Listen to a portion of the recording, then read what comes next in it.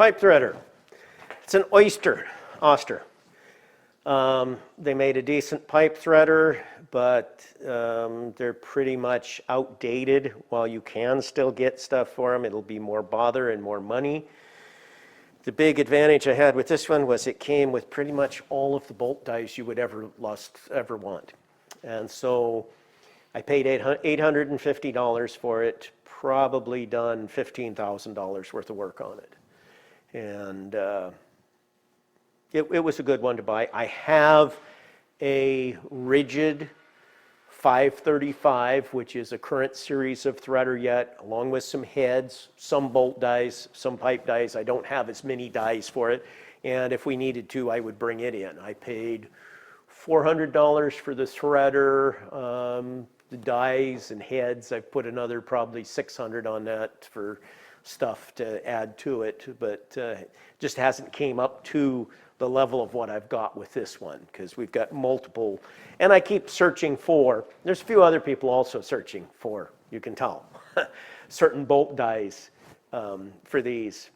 And the other one that's hard to get for these is the 1-inch to 2-inch pipe threading dies. Those ones are also a little bit hard to get for them as far as people. There's a whole bunch of sizes like 1/4 20, 3/8 16, half 20. Nobody wants those because there's no real need to be using a machine like this for them. It's the bigger thread sizes, 3/4 10, 7/8 9, the 1 1/4 7. The bigger stuff is where it's handy and where there's some value in them.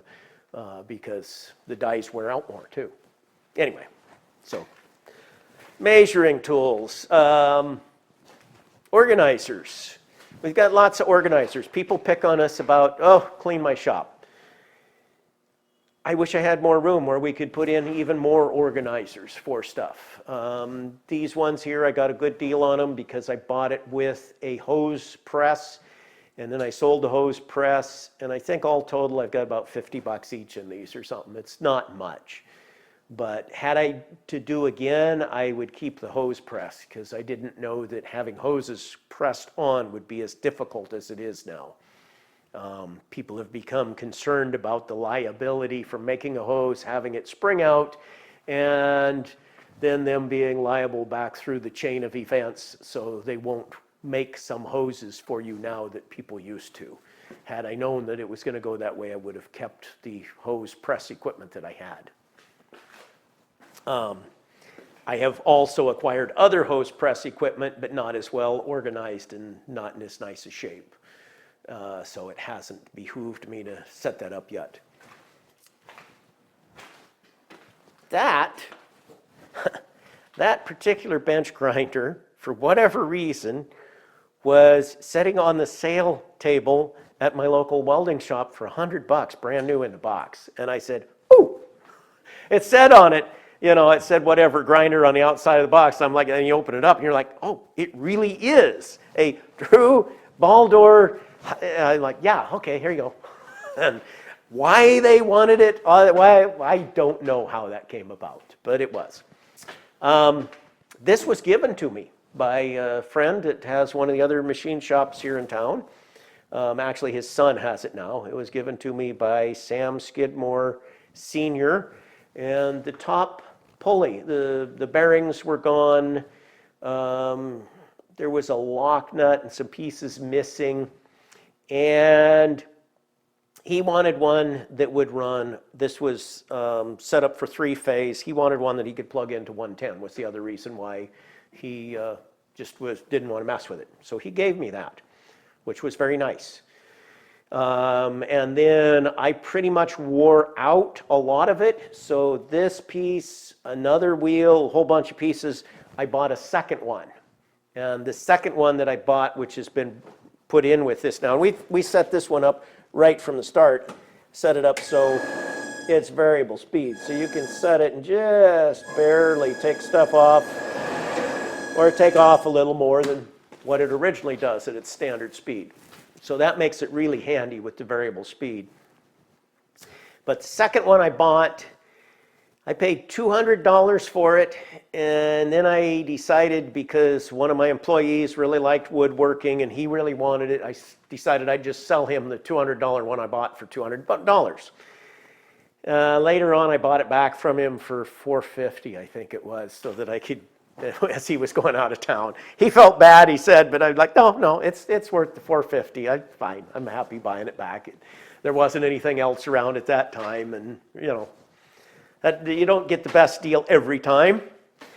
This one we bought brand new from Inco, and I bought it because I wanted to have a surface grinder.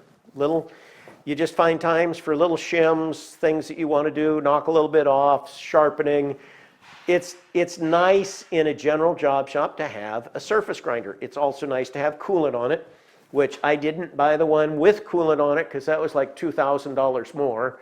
So we bought a separate coolant tank. When I bought it, I bought the little 110 volt coolant tank.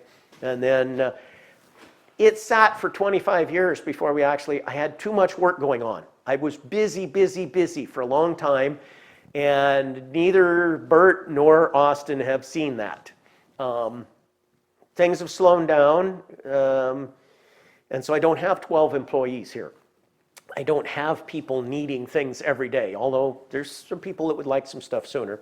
It's out there now.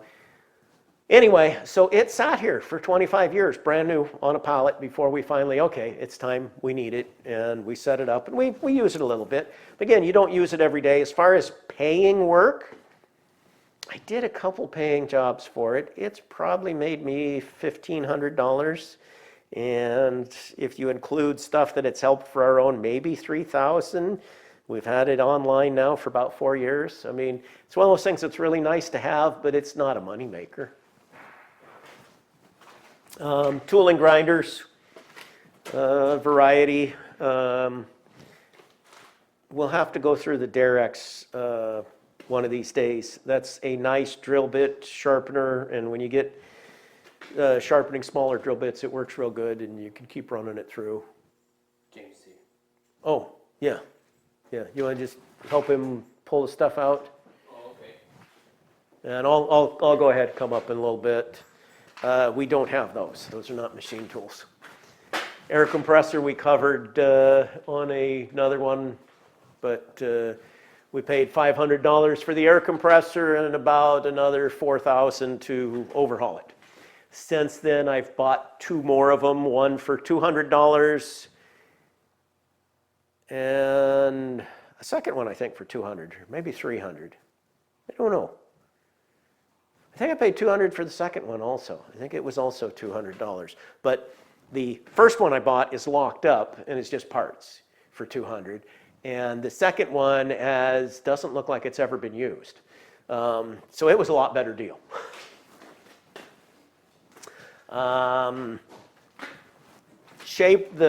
Slaughter. Bridgeport milling machine head on the other side. I paid $1,500 for this. I had to go pull it apart to get it into my pickup. Had a friend that went with me, and there was a little bit of an overhead he had in his garage. Everything was low. Just barely managed to get all the pieces on the truck. It was quite difficult. And he was out of town. It was a friend of his. He quit living there and converted it into a rental property. And it's one of those friend of a friend deals that I found out about. But then I bought a second head for it. And the second head was variable speed. This was originally a belt shift. So we put the variable speed head and we put new bearings and went through it. So I got a couple $1,000s in the other head, maybe $2,500. And then I spent, I think, $1,200 on the slaughter, which is what we use most of the time. We very seldom actually use this for milling. We have before. Again, when we were busy and we were doing hard drill bushings, we would use this a lot on the mill side for doing the retaining cutouts. Anyway, so between that and this little machine, we got to include the hard bushings, which that was a major job. This machine, in all reality, has probably made $250,000. It's been relatively profitable.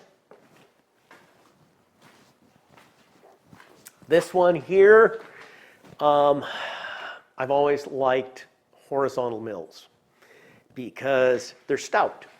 They're stout. You know, old style horizontal mills, stout, rigid. You can take fairly good, you know, that was hard steel. You take relatively good cuts with them. They're not wimpy. Anyway, so this one, I went to look at a turret lathe, which has since been, I bought it, I sold it. The turret lathe was $800. And in fact, the turret lathe was what got me to go and look at, I bought one from there, same place I got the Davis key seater. I was there to buy a turret lathe for $850, which I did, along with the $250 key seater, which I didn't know I was going to buy, and a $50 pallet jack. I bought 3 things. And, but anyway, I went to buy a turret lathe, and that was in Portland, Oregon, and he had this mill setting nearby, and it really looked pretty at the time. You could see all the little scrapings on the ways and everything, and it just looked nice. And I didn't realize at that time that, because I'd been working up north, I'd been making money to put into the shop without gathering stuff for the shop. I didn't realize that horizontal mills had gone out of style enough to where the 4,500 I paid for it was about 3,000 over what it was worth. But the guy was very quick and ready to sell it to me at 4,500, which is what he asked. And it came with, it has a slaughter head, which I've never used, and has a right angle head. It's got the overarm. It's got all the attachments, and it has made me money. So even though I paid a little bit more than what market should have been at that time, and they've came back up in price a little bit since 2006, when people scrapped a lot of them. Prices came up quite a bit, really. But anyway, this one here has probably made me $400,000, I would guess. It's been a good money maker. Bandsaw, utility, we zip stuff off. It's never done any production work. It's just handy a lot of times. You want to cut something real quick. It's more handy than a little portaband. And I paid $200 for it setting off in a field, and it was one of my employees' first jobs he did here to tear it all apart. We put new bearings in it and fixed everything, painted it, and made it into a nice little saw. We took off the welder that was on it, and we changed motors. It was single phase when it started. And we pulled off the single phase, put a 3-phase motor in it, and bandsaw blade welders. They sort of work, and I've done a lot of welding with them in the past. If you really get tuned in with one and everything right, they're fine, but I'd really just rather somebody else do it. So I buy welded bandsaw blades. And if I need to temporarily do one, I will do the silver brazing. And the reason why they had them on the machines originally, I've got a big bandsaw outside, quite a bit bigger than this, that still has the welder on it. And the welder on this was a 240-volt single-phase welder. That's the other thing, is it would not have worked on the 3-phase without a transformer, and just was not worth the bother to me. But you do that so that if you're doing scrolling work, which is very seldom done on these anymore, because you've got plasma tables out here, you've got torch tables, you've got laser tables, you've got water jet, you've got so many other ways to flat cut shapes. They just don't do what they used to do on these for shape cutting. But what you do is you drill a hole, thread your blade through it, and then weld the blade so that and then put the part and the blade on at the same time, so that you could work from a hole in the middle of a part to do internal shapes. And yeah, it's helpful for our stuff here, but I really couldn't attribute any dollar value to the work that it's done.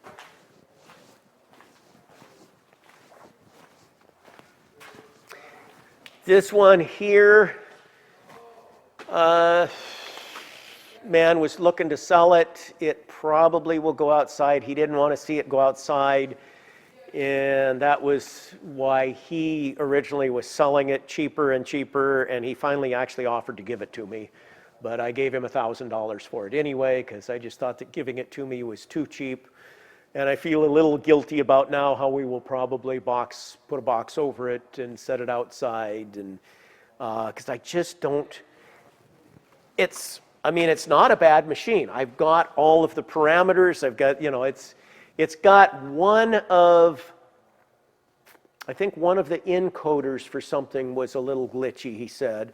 But he had it working in his shop. It was all, he just had to move out of the shop. And there's not that much work that you really need or applies for the type of work that's here in Fairbanks. One friend of mine, he's running a hard hinge. Pretty nice, newer, not newer, newer to me. It's like a 2004, 2000 something. Anyway, it's still a 20-year-old machine, You start talking newer CNC, you're talking 10 years old. Nobody has those in the small world. You don't. Unless you're bidding lots and lots of repeating work, the shops that do small quantities of work, no, it doesn't happen normally. Anyway, but he's got that. And he uses it very seldom. He's talked about selling it. In fact, he might have it advertised for sale again. Nice lathe, but there's just only an occasional job that you can use it for. But anyway, so this has got live tooling. I've got live tooling holders for it. I mean, it's not, oops, there's stuff there. I forget how many turret positions. It doesn't have a sub spindle, but it's a heavier lathe. It would do a lot better milling than my MCO that's down there. But this one I can really say how much work it has done for me since I brought it in, and that is 0.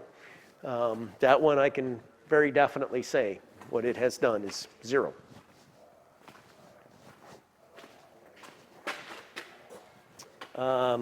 Little Miller welder, bought that, figured I would buy a second one. I paid just a little under $5,000 for it. Every time I went back to talk about buying a second one, the price went up. Last I checked, it was a $12,000 welder, so it's not going to get a brother. It's just going to stay by itself. It's probably done $50,000 to $100,000 worth of work, but we try to not stress our welding that we do here. It's just a thing. Let's see, we covered that one. Do we want to break off here and I can go say hi to James, I guess, and then come back? We'll